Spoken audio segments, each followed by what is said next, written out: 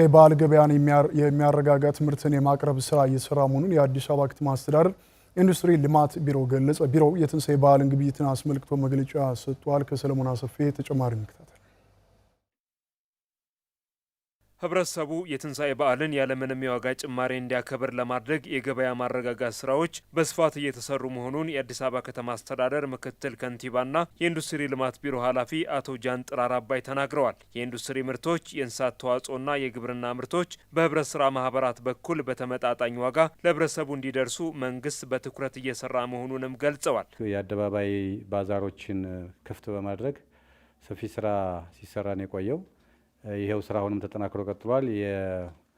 ይሄ በዓል በተለይ አሁን ካለው የነዳጅ አቅርቦት ጋር በተያያዘ ሊፈጠሩ የሚችሉ የዋጋ ንረቶች እንዳይኖሩ ይህን ለመከላከል የሚያስችል ዝግጅት ስናደርግ ቆይተናል። በገበያ ማዕከላት፣ በባዛር፣ በማህበራት፣ በንግድ ስራዎች መቅረብ ያለባቸውን ምርቶችና በግሉ ዘርፍም የሚቀርቡ ምርቶች የሚደረገውን የገበያ ቁጥጥርን ጨምሮ ብዙ ስራዎች ነው ሲሰሩ የቆዩት። ከዚህ አኳያ በተለይ ለበዓል ሊሆኑ የሚችሉ የግብዓት አይነቶች የሚገኙበትን ሶርስ ጭምር አሴስመንት በመስራት እነዚህን ወደ ታች ወርዶ በተለይ ከክልሎች ጋር ከኦሮሚያ፣ ከአፋር፣ ከአማራ ክልል እንደዚሁም ደግሞ ከደቡብ ክልሎች ጋር ያለውን ምርት አሴስመንት በመስራት ምርት እንዲገባ ለማድረግ የሚያስችል ስራዎች ሲከናወኑ ቆይተዋል።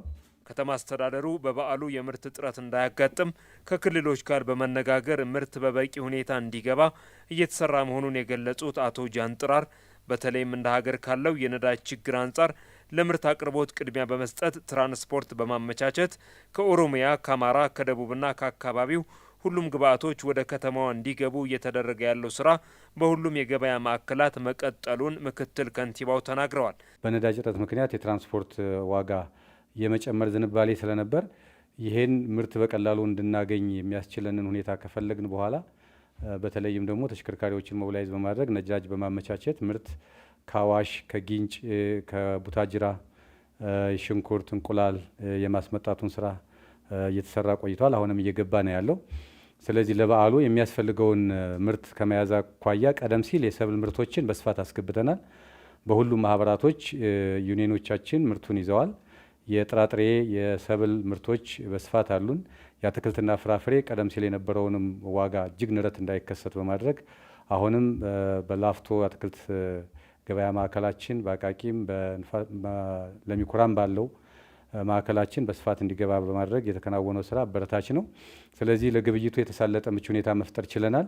በከተማ አስተዳደሩ 240 የሰንበት ገበያ መኖራቸውን የጠቀሱት ምክትል ከንቲባው በሁሉም ማዕከላት ምርቶች በበቂ መጠን ቀርበዋል። በዓሉን ምክንያት በማድረግ ከእርድና ከስጋ አቅራቢዎች ጋርም ትስስር ተፈጥሯል ብለዋል። ከ240 በላይ ሰንበት ገበያዎች አሉን። በእነዚህ ገበያዎች ምርት እንዲኖር ለማድረግ የሚያስችል አደረጃጀትና ክትትል ቁጥጥር በማድረግ የተከናወነ ስራ አለ።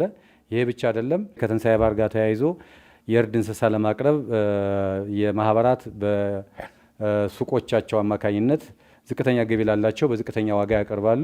ይህንንም ተግባራዊ ለማድረግ የሚያስችል ውይይት ከ260 በላይ የማህበር ሱቆች አሉን የስጋ የሚሸጥባቸው በበዓል ወቅት እነዚህንም አወያይተን ስጋ እንዲያቀርቡ የሚያስችላቸውን ግዢ እንዲፈጽሙ፣ ትስስር እንዲፈጽሙ ለማድረግ ተሞክሯል።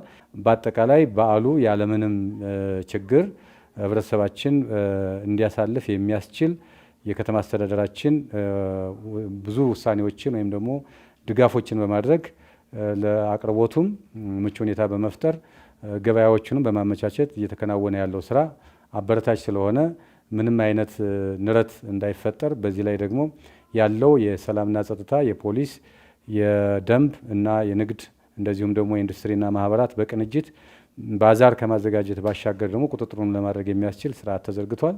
የትንሳኤ በዓልን በአማረ መልኩ ለማክበርና የዋጋ ንረት እንዳይፈጠር ለማድረግ ከተማ አስተዳደሩ ከጸጥታ አካላት ጋር የተቀናጀ የክትትልና የቁጥጥር ስራ እየሰራ በመሆኑ ህብረተሰቡ በሁሉም የገበያ ማዕከል በመገኘት ግዢ መፈጸም እንደሚችልም አቶ ጃንጥራር አሳስበዋል።